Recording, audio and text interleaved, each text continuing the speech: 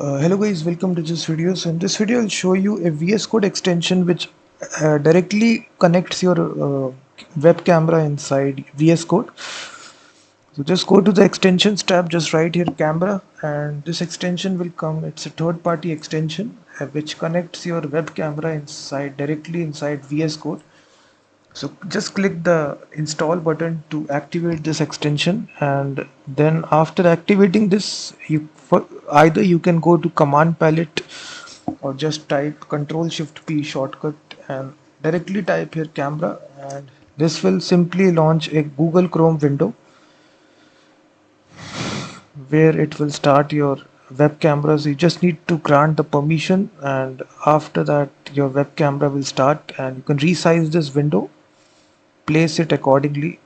So this is really useful because if you are basically recording a video or anything you are doing it, you can position it, place it right here, and connect your VS Code with your web camera. So this is a simple extension. Simply activate this and go to command palette and simply search here camera, and then your camera will start automatically.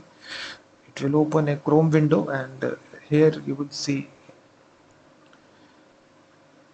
So if you just want to stop it, simply close this window and automatically the camera will stop.